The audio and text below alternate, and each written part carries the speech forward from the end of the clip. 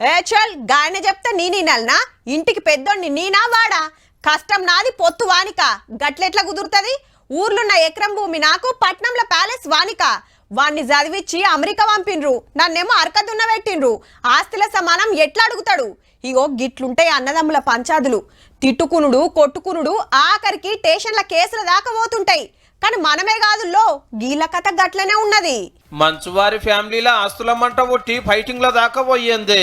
మా డాడీ నన్ను కొట్టిండని చిన్న కొడుకు మనోజ్ అన్న పోలీస్ కంప్లైంట్ ఇచ్చి దవాఖానకు పోయి వైద్యం చేయించుకున్నాడు ఏమైంది సార్ అని పోలీసు వాళ్ళు వచ్చి మోహన్ బాబు సార్ని అడిగితే హే చిన్న కీసులాట మేమేం మాట్లాడుకుంటామని పంపించేసిండట పెద్ద కొడుకు విష్ణన్ననేమో బయట దేశంలో ఉన్నాడట సిటీ శివాలున్న జల్పల్లి ఫామ్ హౌస్ లో లొల్లి నడుస్తుంటే అన్నదమ్ములు ఇద్దరు చెరో 30-40 మంది బౌన్సర్ పైల్ వాళ్ళని దింపారు చూసుకుందామంటే చూసుకుందాం అన్నట్టుగానే తోడబుట్టిన వాళ్ళు గిట్ల పుస్తీలకు తయారైతుండే వరకు మంచు లక్ష్మక్క పోయి మాట్లాడినా ఎవ్వరు తగ్గుతలేరట మోహన్ బాబు సార్ కి బాగానే ఆస్తులు ఉన్నాయి ఇద్దరు కొడుకులకు వంచే కాడ లొల్లి పుట్టినట్టు ఉంది అయితే అన్నదమ్ముల నడుమ ఫస్ట్ సందే మంచిగా లేదు ఓపారు గిట్లనే కొట్టుకుంటే పుత్రకిచ్చిండ్రు ఈడ హీరోల ఫ్యాన్స్ తెలుసుకోవాల్సింది ఏంటంటే ఇంటింటికి మట్టిపోయే మొగిలయ్య కొడుకులైనా మోహన్ బాబు కొడుకులైనా ఒకటే